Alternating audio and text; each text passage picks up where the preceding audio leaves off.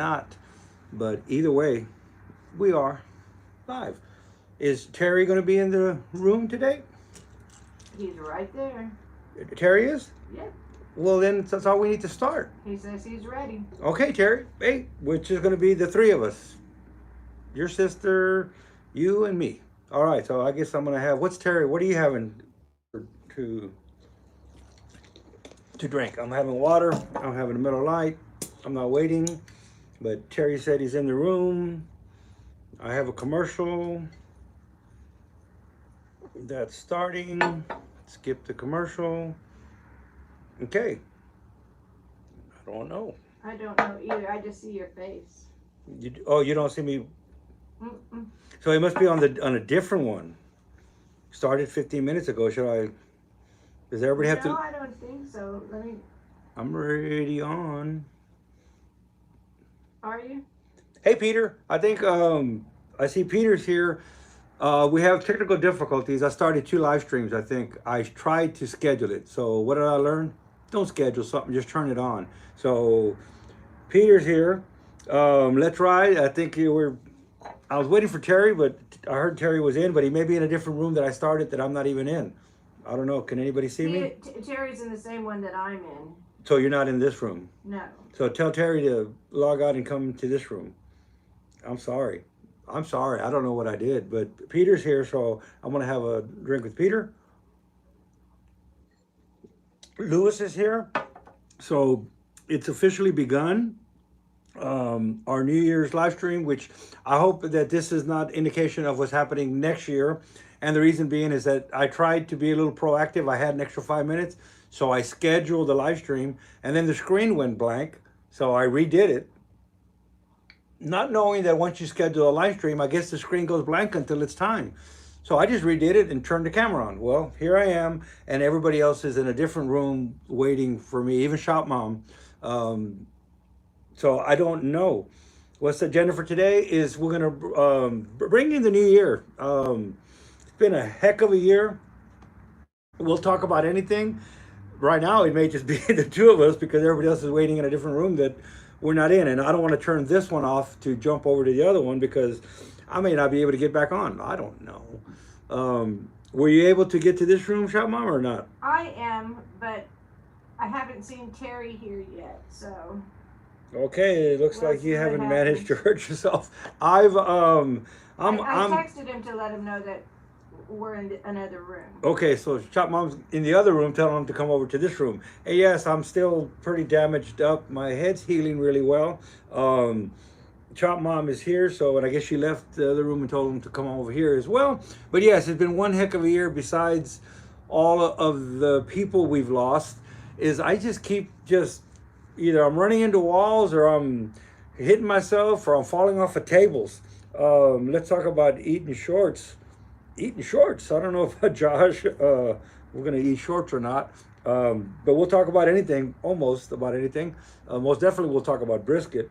Mr. E, how are you doing? We're waiting. What happened for y'all that are just coming in here? I try to be proactive and my technical skills aren't the best. So I started another channel, not even a channel, but I scheduled it.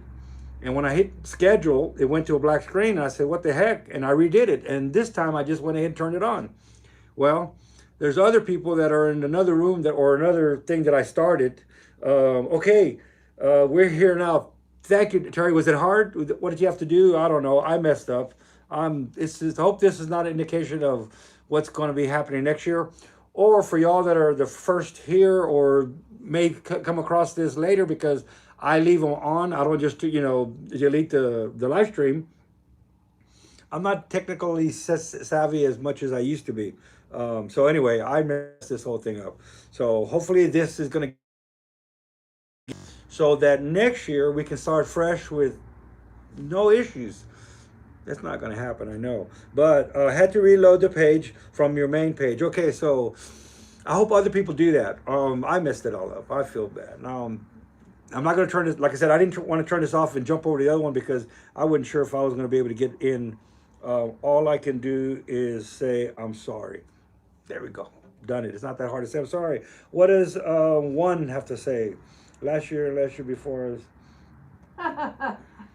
What is it? All I've seen you say on TV is that you used to spend all day looking for parts. Is 2024 the year you admit that it was the lovely Elaine doing all that searching? Yes, I will come clean. Yes, because those that know me, and one, you've, I don't know, you must know enough about us to know that I'm not the parts getter. 90% of the work done here is done by shop mom.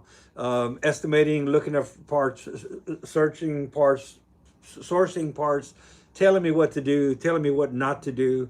That is the truth. So that commercial was, I did have a lot of input that was a lot more genuine than the script that was originally I had. But so anyway, yes, I don't search for parts. So I should have been, Shop Mom should have been in that commercial. How does Shop Mom find the parts that we need? You know, Lewis Brooks says you're just a pretty face. there Isn't we that go. the truth? Well, I'll drink to that. Thanks, Lewis. Except you'll drink to anything. It's been one heck of a year. So, what do y'all want to talk about? What, any technical questions? Any engine questions? I'm dying for an engine question. It can be, if it's an engine question, I'm dying for it. If it's an automotive question, I'll still take a stab at it. I don't know. It's been a weird year, so that's why we didn't give it a thing. We're just gonna do. We're kind of winging it. Yeah, we're gonna wing it. We're gonna pass. We're gonna get rid of all the bad mojo from this past year, and we're gonna get ready for next year. But I will give some neat stuff that we did. You have to be what? You'd have to be drinking to think that you're the pretty face. Yeah, maybe Lewis is he has some. I think bourbon is what Lewis drinks. So anyway, yes, I don't know what else to talk about. We made tamales. We made a whole bunch of tamales, and that was really good. A lot more work. Is weeks and weeks and weeks of making tamales. I haven't put out a video in forever. Anything I've been putting out is either a short, and I didn't even have one in a while, or a live stream. But editing takes a lot. I had to take a break with all the stuff going on and all the tamales we're making. On the bright side, tamales were a hit, and that was what we gave as gifts this year. All right. No technical questions, so it's going to be an easy one today. Yeah, no technical. Yeah, we'll talk about brisket. We'll talk about tamales, cars, engines, trains, planes, and automobiles. I don't know. Don't replace parts you lost. Okay. How does a compressed air engine do not freeze fuel? Okay, great question. We'll talk about the compressed air engine. It's the air density, and I'm trying to think if you can even freeze fuel. I know you can up north, and and then that cold. The difference is we've never had that issue, and it's port injected. So we're injecting right above the valve, about this far away from the valve, right at the intake port. And we haven't had that problem with freezing fuel. There was issues early on, and these issues were in the development, never in anything that has gone out, no issues at all, but of freezing the valves. So the valve that the orifice that the air is going through, that is a special valve. That took a lot of engineering that Daryl and Carl did to make that happen. So there was some issues there. I'm talking about very early on in the development. And I can tell you, I was already on board for now the last 2 years, and they do not want to put anything out until it's tested. And I've seen this test. Like I said, it was a lot of development was done on the dyno we have. So that's how I saw the bottle, and that's how I was like, man, I'm on board. No failures, no problems at all. There was one failure, had nothing to do with the system. The throttle body on the front, it's a big 5-inch throttle body. It's a big dude, and there's not a lot of them out made by Wilson. And the shaft broke. and trying to figure out, why that shaft broke. Because to me, it's all anything that you're getting back as data, you learn from. So there's nothing, if you don't learn something from data, then it's a waste of time. It's wasted, and that's insanity. But if you learn something from it and you move forward, well, then that's just data. That's what it took to develop something. Um, but we find out that we're not the first team, the first person to lose that big throttle body. Some twin turbo guys, that throttle shaft broke, went in the engine. We were very lucky, very lucky. The intake valve caught it. Intake valve caught it, just stopped. That was it. Um, Mark didn't crank over on it. He knew something, a little burp, shut it down, went through, and it was stuck in the intake valve. Talk about a piece. The shaft was about this thick, and the shaft broke, went in, got caught in the intake valve. We could have lost the whole complete engine. We could have lost tons. We replaced one valve, maybe one guide, and then that was back it. That was it. But that had nothing to do with the engine, the platform with compressed air. That had to do with this prototype or this big throttle body. And now not Wilson engine, but Wilson Manifolds has changed that design, and it has a shaft about that big going through it. So some twin turbo guys lost one. Can you imagine losing a Proline engine, $100,000 engine? We have a big block Chevy, a 540. It's not $100,000 by no means. It still was not very. I wasn't pleased. Like I say, I like to work on engines, not the same engine. This one had very little damage besides that, but I still had to, tear it down, clean, and put it back together again. And when you have to, anyway, the compressed air, I don't know why it doesn't freeze fuel. I guess I'm not a chemist, so I don't know what the freezing temperature is for race fuel, but it has not. It is. So far, we haven't seen any indication that that's something they have to worry The about. whole first 2.5 years on the same head gaskets, and I gave them the head gaskets back to keep it in the trailer for backups, and we put two fresh head gaskets on it. Um, it's just we don't there it doesn't use up parts. It's very low maintenance. Um, Okay, well, Josh has another one that's kind of interesting since we've covered that I topic. like Lewis's comment, 100,000. Yeah. Yeah, it must be a flathead. Yeah. What was the other? Josh's engine rehab. Yes. Flat tappet cam failures are caused by poor grinding geometry on the lobes and lifters, not simply newer oils being the issue. Change my mind. Okay. There are occasions, and most definitely when you're building a high dollar engine, you'll put lifter bushings and you'll make sure that all the geometry is right. But when you see enough engines that never had a cam problem, and then just by doing a flat tappet cam, of course, everybody's going to tell you they broke it incorrectly. So you got to give that part with a grain of salt. If did they break it in properly? Because a lot of the times that I spend time with the customer on the counter, even someone would just walking in or someone advice, and later on come to find out, well, I've been building engine for a long time, and I know you told me that, but we never had to do that. We never had to do cam break in. We'd fire up an engine, we let it idle. Blah, blah, blah. Well, not hurting my feelings, and it's not my money, and now you're pulling a motor apart and got metal everywhere. Oils and oils. There's not zinc and phosphorus in oil anymore. Cam break-in is very, very important. Yes, the angle. What people don't realize is that a lifter and a cam lobe really aren't flat. They're not at the same angle. There's a slight angle difference, and they're offset.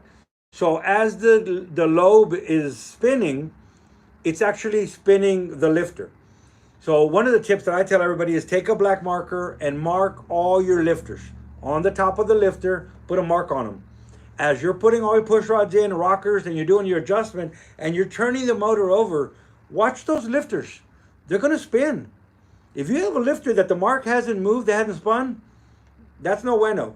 Back in the day, we would force the lifter in a bore. Hey, it's going to loosen up as it goes.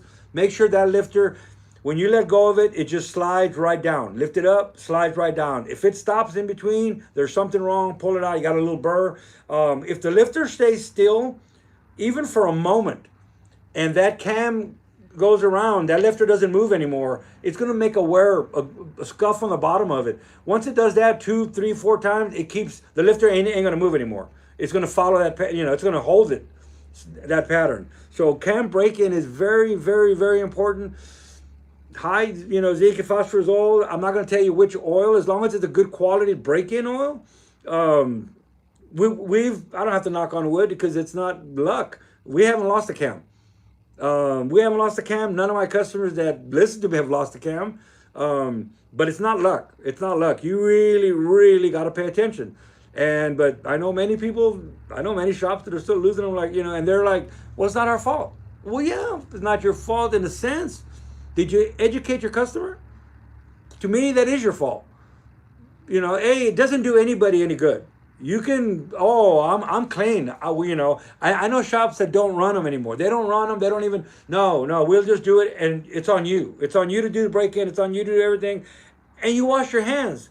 Well, that's all fine. And you sleep good at night. But your customer has a motor with a flat cam. It doesn't matter whose fault it is. It's still not a happy place to be. So you saying it's not my problem. I didn't break it in. You did your own break-in. You did your own oil. It's not my problem.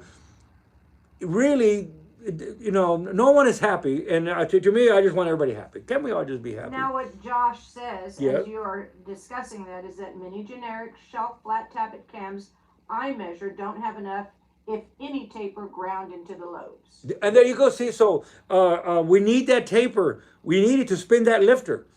So, I agree with you. I agree with a lot of what you're saying. There's a lot more to it than just oil. Like I said, I mark every lifter. If it doesn't spin, stop. There's something going on. Not every engine is a high dollar engine. It's just an engine for, it's a budget build.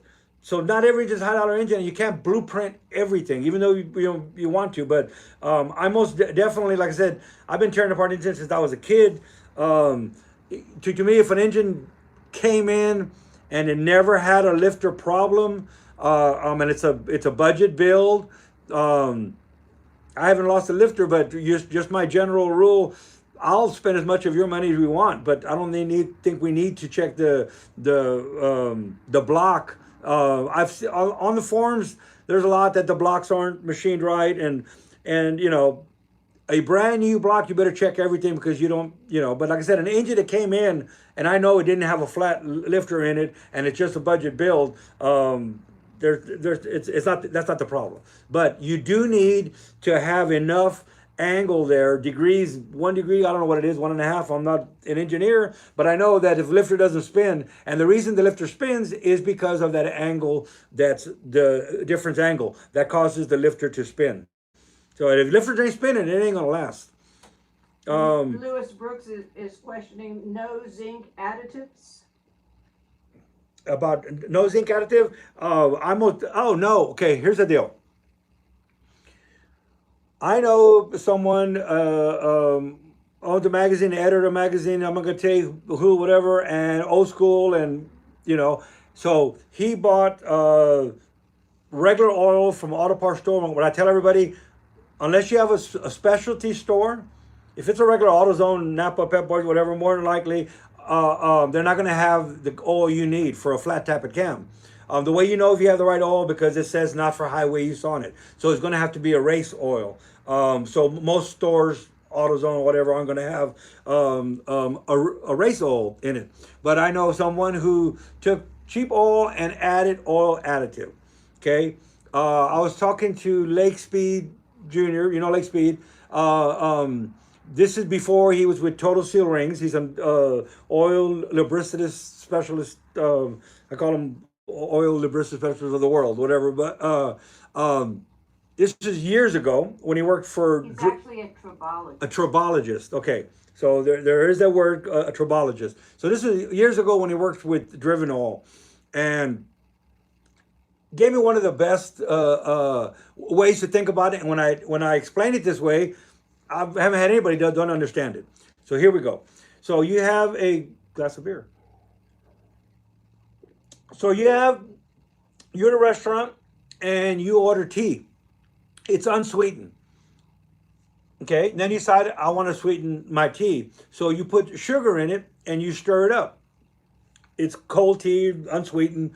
It could be room temperature, doesn't matter. But while you stir it up and you take a swig of it, it's sweet tea. You put it down and you go back to your eating. The next time you go back to take another drink, it's no longer sweetened tea. It's at the bottom of the glass. Okay? You can stir it up and then you have sweet tea. The reason being is that you had to put that sugar in while the tea was really hot to get it to mix in, and then you have sweetened tea that every glass you pour is sweetened tea, and I don't matter how long that glass sits there, it's sweet tea. Oil is the same way. So adding zinc and phosphorus and adding all this, all oils, there are like 3 holes in the world where all oils come from. They buy the base oil, and then Royal Purple, Driven, Valvoline, everybody starts adding their packages into it, and all the different modifiers and whatever. That's what sets the oils different. But there is 3 different holes that all oil comes from. Might be 4, I believe it's 3. That has to be put into that oil when it's at a temperature a lot hotter than it's ever going to be in your car. So adding bottles of additive, and I know no one wants to hear it, and I'm talking about no one, everybody now they all drug their feet. And then, once it became profitable, it's like, wow, this is a thing we want. Everybody, everybody and their mother is making a break-in oil. They weren't making a break-in oil first, but they're all making now little additives. EPW has an additive, Comp has an additive, I'm sure VP, everybody has an additive to add zinc and phosphorus into the oil. You add it into your oil, and all it's doing is going right into your filter. It's not infused in oil. It's just an additive, just like tea. Think of tea and adding sugar to it. If you add it at the right temperature, which the engine is never going to get at the temperature it needs to bond itself, and this is a chemical thing, I would mostly suggest that you talk to Lake Speed more in the chemical process and the temperature of what has to happen. But that's what happens when you add. Now, this particular gentleman, his engine lasted, a couple of years. And I was like, you know what? There is no one answer for everybody. I would have not expected it to last 2 weeks. And it's like 2 years, and I'm going like, you know what? You taught me. It's not a must, because you've proven 2 years of adding a bottle of zinc, and he comes in and buys it from here. It's from EPW, so it must be some killer zinc. It's a bottle, and he'd come in, buy a bottle, go to Gibson's in Kerrville, and buy the cheapest oil. And here's the thing. I want to say it doesn't work for. There's things that actually helped it working longer. 2 years to flatten the cam. I'm going to get to that. Flatten the cam. The cheapest oil that he was buying at Gibson's, which around here they hadn't been at Gibson's in years, but there's still one in Kerrville. It's a non-detergent oil. Try to find a non-detergent oil. Here's the thing. When you add that bottle and you went to AutoZone, it shouldn't be picking on AutoZone. It could be Napa, it could be CarQuest, it can be O'Reilly's. And you bought that bottle of zinc and you added it to your oil. I'm gonna tell you, I don't have to even know what kind of oil it is, and I bet you I would win this bet more than not. I would make money on it. The oil that you got off the shelf, it's high detergent. Why? Because all modern cars are roller cam, and they have variable cam timing. They put a lot of detergents in these oils to keep everything clean. If you've ever seen a variable cam timing cylinder head, the holes are, micro thin, and oil has to flow in and out of the cam journals really quick. If you change viscosity and it gets thicker, a check engine light will come on. It changes your tune. So that's how important oil viscosity is. But High detergents is what they need to keep all of those things clean. How do you get dirt off your clothes? Detergent. So you're putting a bottle of zinc into a high detergent oil that's washing all of the zinc off your parts. Even older cars that now you go, man, it was old, it was working good. It probably has enough zinc and phosphorus in it, and it hardens, its surface hardens the cam and the lifters. There's so much more going on. But all of a sudden you start buying cheap oil, and it may be a year before it finally affects your engine because it had enough in there already. But high detergent oils are a no-no. So I have learned, and I have, seen this. If you can find a non-detergent oil with no detergent in it, add tons of zinc and phosphorus, and even though it's not the way to do it, I have a guy that did it for 2 years. Now, he flattened the cam, and then he assembled it himself. We just did the machine work. Like I said, he owns, a magazine. I don't want to say he doesn't know what he's doing, but he does know what he's doing. But in this particular instance, he's old school, and he didn't want a roller cam. I try to tell him, you're going to buy a roller cam. You're either going to buy it today, tomorrow, or the next day. But you're going to spend that money. Don't get me wrong. You're going to spend that money. Okay? So he blamed comp cams. Man, those China lifters and those China. Comes in, he looks up his own cam, everything else. He says, I want this part number, and it's a different brand cam. Okay? So puts it in, and I don't know if it was even 3 months, it flattened that cam. Now he's, it's a voodoo camera. That should give you enough of an insight to what brand cam it is. So, so he'll never put a comp cam in. He'll never put a Lenati cam in ever again. And I'm like, you'd have been easier just listening, because now you got to pull your whole engine apart and pull all the bearings out. You got metal everywhere. It's already spun 2 cams. So either way, advice: the only time we'll use a flat tappet cam is after I said this whole story and you still want it. Hey, it's your puppy. Like my mom always said, a customer's always right. So I've said my piece. Afterward, they usually come back going like, I should have listened. Well, okay, I didn't force you to do it, and if that's what you want. Or if it's a restoration that is not your normal, like a resto mod, it's a restoration Concord. They just want everything exact. So we're going to put back a regular flat tappet cam, because that's what it had in it, and that's what it's a high-end restoration. It's not just a just freshen up an engine. But for the most part, if there's an option, there's no option for a roller cam for a flathead. We did a Bonneville flathead years back, and they spent a lot of money on a roller cam setup for this. And it made it one time down Bonneville, and the next backup run, it grenaded. Flathead Fords don't have oil pressure, don't have pressurized lifters. It was a solid, not a hydraulic. Doesn't matter. Here's another thing. A flathead Ford doesn't have that much spring pressure. That's the thing. Also, if you want to make a flat tappet cam work, we haven't lost one. We've been here 10 years. Do some special stuff. Use the right oil, do a proper break-in. Stop over pressuring your springs. Back in the day, we wanted 150 pounds spring pressure. More the merrier. Not no more.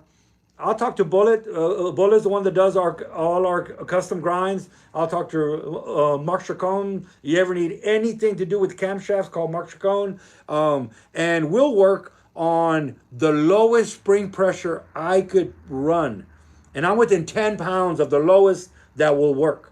We do not need too much spring pressure, especially with the flat tappet cam. There's no need for it anymore. And so if you want to make a flat tappet cam work, like I said, if we have to do it, haven't lost one yet, pull spring pressure. Get rid of it. Put a beehive spring. So anyway, am I saying too much? Am I not enough? Did we lose people? No. No, you've actually got a lot of people very interested in what you're discussing. Okay. So I hope that answers the flat tappet cam. And I mean, like I said, there's not one answer for everyone. The reason that the other one had lasted 2 years, I believe, is because he did use a non-detergent oil, and he did use it was a, the EPW brand zinc and phosphorus, and it, I was like, I was actually learning from him. I was saying, man, I'll never say it can't work again, but at the end it's harder to get a non-detergent oil, and he went to a detergent oil. So maybe it could have ran longer. I don't know. I do not know. Well, Josh's Engine Rehab does have an observation that the new Corvette Z06 has flat finger followers like an old Datsun. Oh, I remember the old Datsun with the spring on the top. Many direct self cams. Lots of conversation about additives, that's for sure. And the taper is important. Everybody thinks it's supposed to be flat. It is not. If you look at a cam that's a proper wearing, you'll see it's more on one side. Like I said, that's what spins the lifter. As long as the lifter keeps spinning, you're good to go. If you're going to run a flat tappet cam, get the P hole lifters. They're drilled. I have a set in here, right there, that I have several sets. And Smokey worked with Crane a long time ago to put that little bitty pee hole at the bottom of the lifter. He was doing it way back before now. The last set of flat tapper ones that we got, we had them done with the pee hole. Precision Machine will do that for you. It's a laser little hole. It's not in the center of the lifter. It's off to one side. But what it does is, as oil pressure goes up the push rod to the rocker and all everything else, it also squirts a little bitty oil hole on the cam lobe just to give it a little extra oil. That's why you don't want to let it idle. You need a lot of splash. You need a lot of oil up there. Why are Hemis, late model Hemis, losing lifters? Because they put the cam in a tunnel with no oil. Oh, that's another story. That's a whole other option. That's a whole other can. We don't want to get into the late model Hemi cam failures. But you can also, unless they stop doing it, you can have your cam pre-broke in at comp. They made a machine and they'll put the lifters on them and they'll break it in for you. And they'll send them to you already broke in. Unless they discontinued that service, hadn't heard much about it, but it wasn't that long ago that you could get your cam broke in at comp on a machine. So if you're not going to do that, have the new DLC, diamond-like coating. Well, this is diamond-like coating. What does that mean, diamond-like coating? It's either diamond coating or diamond-like. Well, everything's diamond-like. But the last time we were at SEMA, I remember Smitty was still alive. And I actually have video of Smitty showing me these lifters that don't need cam break-in. And I said, hold, stop. Turn my camera on. I said, can you repeat that? Are you going to, on camera, are you going to repeat that? And it had this new diamond-like coating. So in the last year or two, about the last year or two, you start seeing more people offering this DLC coating. So anything you could do to protect that. But why would you not just put a roller cam? Unless you had to have a flat tappet, and then I'm going to get it, DLC coated. I want to get the little hole drilled at the bottom of it. It's a laser. It's a little bitty hole. Here's the deal. We started using those long time ago. If the cam wears, it'll actually, if it scuffs, it'll block off the little hole in the bottom. We've learned that. So, all right. Now, John wants to know if that's why the old flathead Briggs and Stratton engines recommend non-detergent oil. Yes. Yes, you want to know, and it's harder to find. What did we find in doing, the last time we did research to find, where can I get, because, like I said, okay, if you can add zinc, even though leg speed, that it's not the right temperature, but we had a customer that was making it work. What did we find? It's so hard to find a non-detergent oil. At the time, it was STP. I believe STP had like a 30 weight, straight 30 weight non-detergent oil. Back in the day, I remember I used to stock oil can. There was cans. There was a can, and we'd put them up in a triangle, stock them up. But there was a lot of non-detergent oils. It's pretty hard to find a non-detergent oil now, unless it's a race oil. So put Valvoline in. Put Valvoline race oil. I've had someone go, you told me you just heard some of it and you were done. Not Valvoline regular oil, which is very good oil, but by the way, unless CarQuest changed, all CarQuest oils on the shelf are 100% Valvoline, unless they changed in the last year or so. But so Valvoline Racing. That's how you're going to know if it has the right amount of zinc and phosphorus in it. It'll say not for highway use because it messes with the catalytic converters or the EPA or somebody didn't like it. So, okay. I don't know, but I have half a beer left. So what do we have? I don't know. We still got a little time. Yeah, we have a little bit of time, and we have some people in here that Well, like John's. Okay. I don't know that we have seen before, so we do want to let everybody know that we're glad to have you. And it's an open forum, so if you have questions, please feel free to ask.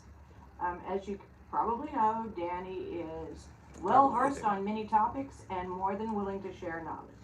On the John's asking about diesel oils, and yes, back it wasn't even that long ago. I may still have a little bit up on the shelf. Dello 400, the diesel oils. Okay, the EPA changed oils, removed zinc and phosphorus in all our street cars. Why do they do that? Because everything now is a roller cam. So they don't care about old stuff. They didn't care about it all, care about the environment. So they removed it. They will not, the government will not mess, eventually they will. It takes time, they will mess with anything. But, I don't want to get political, but with our transportation. So stuff that gets food or supplies from the dock to the store or produce, that's our transportation. That's what I'm talking about. Food and produce is not being touched because we don't want to mess with our infrastructure of how we get our supplies. So they did not mess with diesel oils, and that's why diesel oils still had zinc and phosphorus in it. What I'm starting to see, they're starting to even drop that back. They're starting to pull some of the zinc and phosphorus out of those. Even diesel oils, before long, diesel oils won't even have enough zinc and phosphorus in it.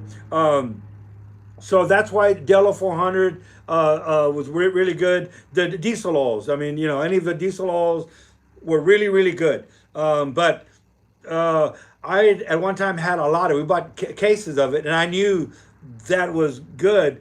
And I think we're almost out, and I'm not sure about the new stuff now because I have been reading on the, on the web. Not everything you believe on the web is correct, but they are starting to even move that. And the reason is all new trucks, diesel trucks, now they're full roller now as well. And what do they want you to do? They're even giving you money to throw away your old truck. So they're trying to get rid of all older trucks, diesel trucks. So eventually, that's going to go out as well. The best thing to do is just put a race oil. Put it in something that says, not for highway use. 4 years ago, we had to really search and find and spend a lot of money. Now everybody's jumped on this bandwagon now of specialty oils. So now VP Fuels has high zinc, high phosphorus oil. There's Driven and Amsoil were two of my go-to oils. But now there's even a lot of oils out there. Magnum or Maxim there's plenty of oils out there now that you don't have to search for them anymore. But before you had to search far and wide and spend a lot of money. Now just about everybody has the specialty oils for a flat tappet cam. So I'm kind of thinking it's no longer an issue. So I don't even use the diesel oils anymore.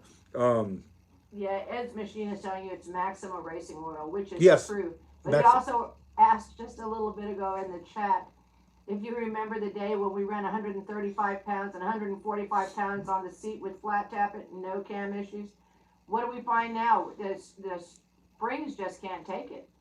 And like I said, back in the day, the errors or the problems that we built into an engine to build it to not have those problems, was valve float. If you're turning a motor up, 6, 7,000, I was turning mine up 8, it was valve float. So we would overspring the bejeebas out of it. There was no issues overspringing anything. Not no more. Like I said, every single one, no matter how high dollar these engines are, I'm 10 pounds within the minimum of the oil. That includes the compressed air engine. Now, the compressed air engine, once you have a boosted engine, you do have to consider how many pounds of boost do you have in your intake port. Just an example, if you put 50 pounds of boost in your intake port, well, you might want to add another 50 pounds of spring pressure. There's a number of formulas, but you do want to increase your spring pressure. But even Mark's engine, we don't turn it 7,000 RPM. Like I told Mark, you can slip, you can go up to 85, it does not matter. You're not going to float those valves. But now we're pulling spring pressure. Y'all know about a beehive spring, man? If there's no need for anything to not be beehive, and actually there is. I say no need, but that's, man, somebody hit it right there on a beehive spring. Low spring pressure on the seat, but as it lifts, the valve lifts, the spring rate changes with anything, but it gets the spring pressure you need on the nose to not have valve float. But yet it's nice and soft and gentle on the seat. And then I had a question that I just read about seat and guide machines. Let's go about seat and guide machines. About them lying to you about every shop saying that theirs is the best. And do they actually lie to you about that? Yes. Oh, I didn't read it. That part is so a seat and guide machine. There's a lot to a seat and guide machine. My mom was one of the first, especially in this parts here, to have a SERDI. A lot of money. It was just tons of money. Okay, so here's the actual comment, and it's from Okay. Josh's Engine Rehab. Okay. Talk about the seat and guide machines. Why does every machine shop think their machine is perfect? Were they lied to by salesmen? I'm going to suggest that that's probably 98% of the issue, but that's just me. I had to take a little drink on that one because, boy, you hit a subject that it's also it's in your head, and the reason is, yes, the salesman is going to keep showing you the most expensive one, and then I can't afford that one, and then you go this one, maybe you can, whatever. So there's always going to be that, and this one's better, and that's why this one cost 80,000, and this one cost, you know how many seats you have to go through, and in a production shop, it's a different thing. You can run the numbers, but it's a different world, and that's why no one's getting into the machine shop business anymore. It's just everything is way too expensive. Okay, but I bought that machine. I bought the SERDI. I'm not picking on SERDI because it was one of the earlier best ones ever. My mom had a SERDI. Okay, it has a fixed cutter. So it has 5 angles on it. It could have 3 angles, 5 profiles. You can get, we have special profiles that we've worked on the flow bench to work, and you have these little cutters that you can change out of the head, and it'll cut all those, let's say 5 angles, all the same. They're the same width. 45 is the same, the 30 is the same, the 60 is the same, the radius. You put that dude on there, and if you use the dial indicator that you have on the SERDI, that's an option. You can actually go to the deck and you can actually hit them all on the money. Here's the deal. Once you bought that, very expensive machine, your mind is telling you this is the best thing in the world because you just spent all that money and there's a buyer's remorse. So you're going to fight tooth and nail for the next new seat and guide machine because I don't want to say you fell for it, but you went to this one and now the other one's better. And so in a sense, your mind's protecting your soul so you can sleep at night. You buy expensive car, it's buyer's remorse. So just so you don't have that buyer's remorse, you keep telling yourself it's the best one ever, and the other person else doesn't know crap. Okay, excuse my language. So here's the deal. What did we find out on the SERDI when we first, started, implementing this newest tooling, and we were going to have to start moving some cylinder heads, but you could produce a lot better, and guess what? You can no longer cut the seats the way we did it before. If the valve guide had anywhere at all, it's a fixed pilot. So the machine comes down and the pilot is part of the head. It floats. It floats. The thing has to be perfectly clean. There can't even be dust on it. You can't have a fan blowing on you while you work because the machine will move with the fan blowing. That is because when you hit that air and you release everything, it floats and it centers up on the guide. And I remember the 30 salesman, big block Chevys, you don't have to turn the head anymore. The head will go sideways. It'll go in the guide and it'll go sideways, and don't worry about, you don't have to level a head anymore. You get it pretty close. There's a little bitty bob weight on whatever little bubble. Get it pretty close and the machine will follow. I just don't really believe on something going sideways is going to float itself. The weight, to me, it's always going to lean. So we'd always put it where the guide is upright. But if the guide has a few tenths wear, 5 tenths wear, and this is just a valve job. It's a commercial vehicle going back out on the road. It's just Billy, it's Bob, it's whoever. I don't know why I use the B's all the time, right? I always use the B's. It could be Charlie, it could be Chad. So It could be Craig. it could be Craig. And You Craig gotta has a question put, for you also. okay, you gotta put in brand new valve guides. So all of a sudden this valve job just kept going up in money. I need all the valve guides? This thing wasn't smoking. It just came in because I'm freshening it up where I chunked the rod and the heads are still good. Whatever the reason is, we had to start putting in brand new guides on everything that went on the 30. That's why I used to always say, I'm going back to the Stone Age. I would never do a BMW, a Mercedes, a Ferrari. I would never use it on the 30. The only time I would go to the 30 is when I put in a brand new seat. If it had a crack, and you do a lot of crack repair, and I have to install a brand new seat, then I go on to the 30 with the profiles to get me pretty close. But boy, you bring in a 30 on a BMW, Jag, Ferrari, and a lot of people are going to be going, this guy don't know what the hell he's talking about. Well, guess what? If you want to sink those seats, and in the world of me, valve geometry and stem heights, stem heights are everything. That guy with the big old steering wheel looked like a pirate ship. And you turn the wheel and the head goes down. Okay? As you're cutting, if you're trying to hit a number, like put the dial indicator that they say you, oh, I want to hit them all perfect. Well, you put the dial indicator, you're not looking at what you're doing, you're looking at the dial indicator and you're doing the wheel like this. As you start slowing down, that puppy starts to chatter. Because you got to go the same tension. The same tension. It's a fixed cutter. So think about it. It's like a screw going down. Well, at a certain point, you got to stop so that it can go all the way around. Because as you're cutting and you're putting force down, it's cutting beautiful. But once you hit that number, you want to stop so that cutter can go all the way around at least one time. And that's when your chatter just comes and bites you in the old butt there. So all the 30s, they have a vacuum gauge right there. Oh, it pulls good vacuum. I would take my either my marker or my blue Dykeman's lap the valve and you see these chatter marks. I don't care what that gauge is showing. My uncle taught me right. I want to see a nice line across there. So a fixed cutter, fixed pilot has to have perfect guides. If not, you're going to cut them crooked. Oh, I've seen a beautiful job done. At first, oh, the seats are beautiful. And then they don't pull vacuum because they're all crooked because the guides are messed up. Let's fast forward to today. The new one, I believe it's a new one machine. It's a bit that moves in and out. As it's spinning, this little cutter is moving in and out in the head. The head's about this big, and I don't know how it can get into a cylinder head, but it does. And the cutter comes in and out. And you put a profile on the screen. You come up with a profile. You'll work, and you'll have all these profiles already saved.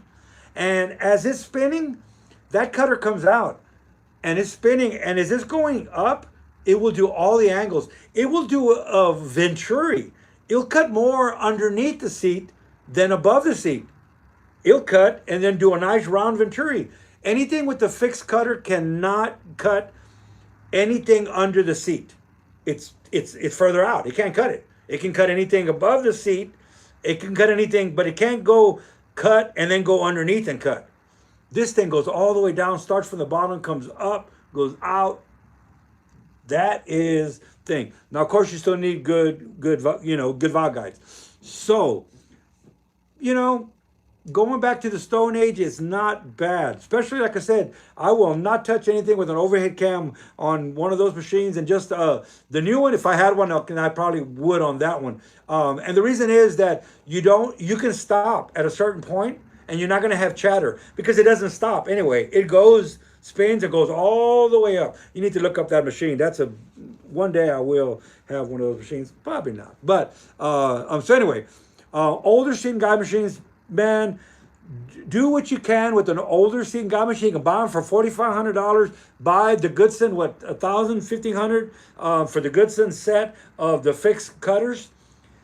Go and stop about 4 or 5 thousandths above the number you want to hit, and then just go and stone them. I mean, you do what you want to do, but I'm telling you, anything with all these cutters, if you finally get the seat cut beautiful, go check your stem height and tell me how much you cut off that. What do you do when you have too high of a stem height? We talked about this, maybe not here on my shorts. Too high of a stem height, you lose spring pressure. Besides valve geometry, I had people argue with me all about, I don't know what I'm talking about. It's a Chevy small block. It doesn't matter. They're adjustable. It doesn't matter stem heights. Well, then why did you go ahead and check your valve geometry before you ordered push rods? It didn't matter if you're 30, 40, 50 thousandths off. I've had a guy tell me 30, 40, 50 thousand, they don't make a difference. Well, then put any push rod in it. Why did you take the time to check your valve geometry if it could be anywhere? Put it anywhere, and who cares, because that's what you have. If your valves aren't right, you could be the perfect machinist and check one intake and one exhaust. What are you going to do? Put in 8 intake push rods and 8 exhaust push rods? So anyway, don't get me going. Sometimes going old school is just way better. I shouldn't say that. Knowing what you're doing is way better than what they're telling you, it doesn't matter. Well, if it doesn't matter, close your shop down, move on, and go work at Amazon, because it doesn't matter. Anyway, did I get enough of that? You kind of got sidetracked. I got a little sidetracked. sidetracked. I was trying to say that Craig White actually had a serious question. We really do like to answer the serious questions.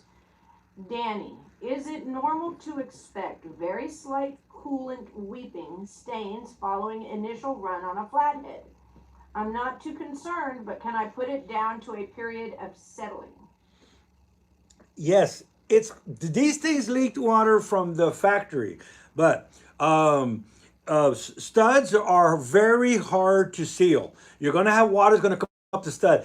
You'd be amazed that you would think, how can water come up the nut and just drip off the stud in the nut? How did it go in the threads? It's just amazing how it can. So I use Halimar.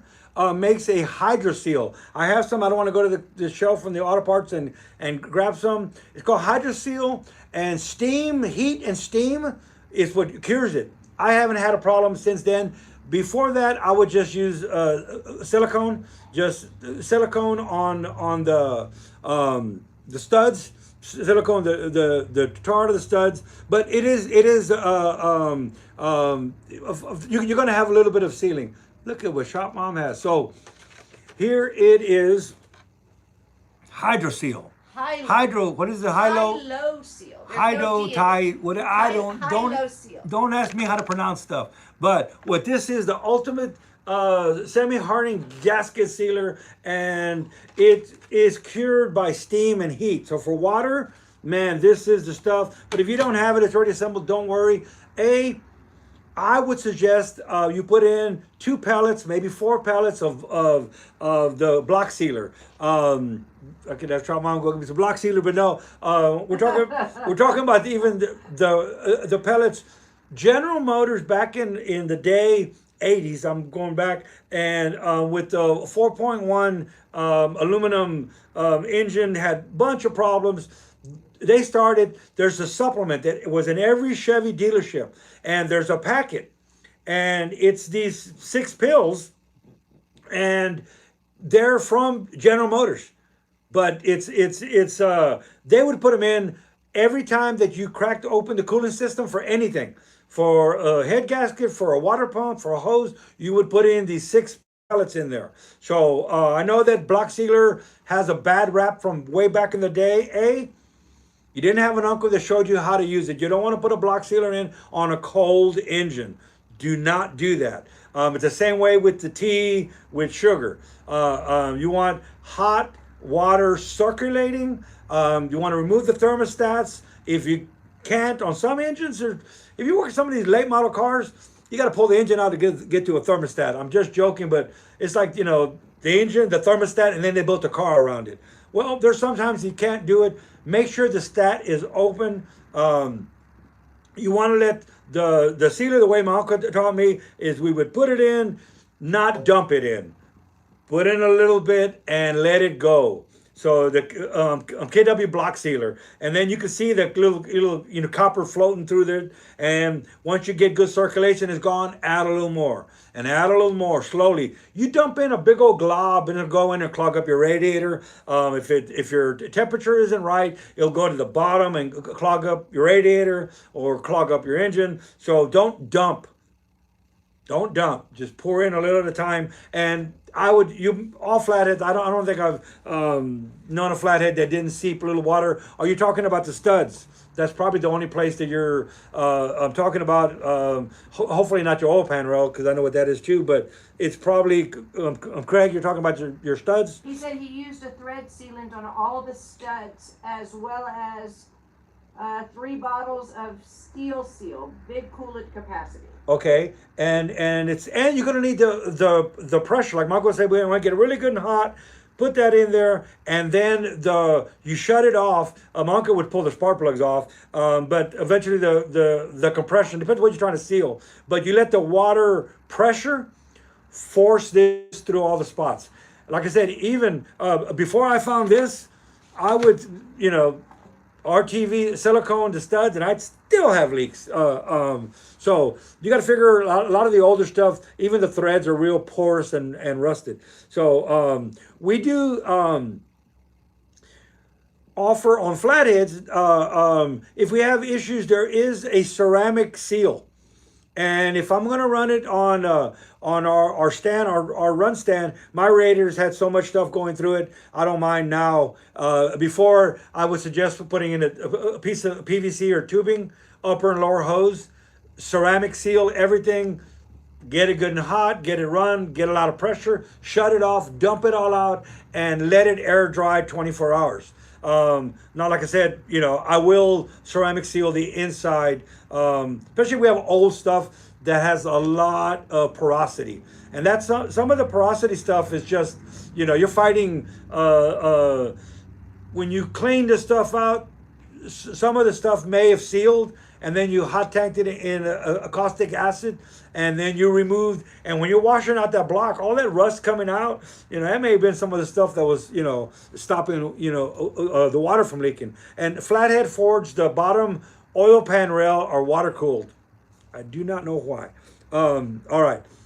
It's about time to wrap up. All right, Charles Whitman is here. So Charles, yes, it says Celia. And a lot of our friends. And a lot of good old I don't know friends. if Chad is here. I don't even know if I'm saying it right, but I did want it. Jay Scott is here. Yes. Charles Whitman. All of our old timers here. Awesome. I'm an old timer, so I don't mean it in any disrespectful way at all.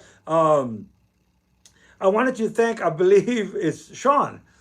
And now it came to me. Chad Champion was in earlier and had some questions. Well, he's our first paid. We have now a membership. You can join a membership, $4.95 a month, and it gets you at the beginning of the year. We're gonna have some premium content. Some premium content just for that. And for the most part, I'm not going to make y'all pay for that. So what it'll be, I've been reading about what YouTube suggests, and like possibly letting them see any video content or shorts, before anybody else. So that, we'll work on we're gonna work on what I know that one of the things that we're gonna do is more than likely will be another area just for smoky unit hot vapor stuff. So you can pay to be a part of that group, and we're gonna give away data for free.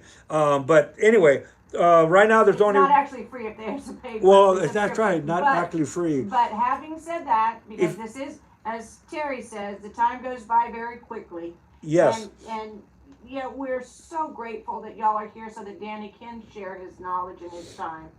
And on that note, I'd like to let everybody know that as of right now, we're planning the next live stream for January 12th. Same bat time, same bat channel, you know the drill. And as we say in our house, Soliz Año Nuevo. Oh, Soliz Año Nuevo, Soliz Navidad, Soliz cumpleaños. Soliz But cumpleaños, all the those. way we sign off is peace and assembly grease. I'm trying to do that as everybody else is. Yeah. And Venom says when you're 10 years old, time goes slow, and then it just starts to snowball. yes. So okay. So you already now you've said when we're doing it. What is it again? Was January 12th. January 12th. So January 12th, save all your questions, send me them ahead of time, and we'll start off right with them. But anything y'all have, we're going to try to make next year a lot better year. Like I said, it's been a crazy year, but hey, what's kept us going is y'all and each other and family. So that's it, right? Peace and Yeah, it's interesting. We started out the year, we both had moms and we both had mother-in-laws. And we end the year, neither one of us have a mom. And Yes. neither one of us have a mother-in-law. But Yes, no moms, but no, we're grateful no for mother-in-laws. those who are with us. Yes. So, all right. Lost my dad. Didn't even know he was gone. So now, you know. But anyway, we don't want to get this going on. So we love y'all, and we will see you On the 12th. On the 12th. Peace and assembly grease, everybody. Have a great New Year, and don't go out there blowing your fingers off or hurting yourself like me. We'll see you. See you, Ed. All right. We still have to do something else, right? And.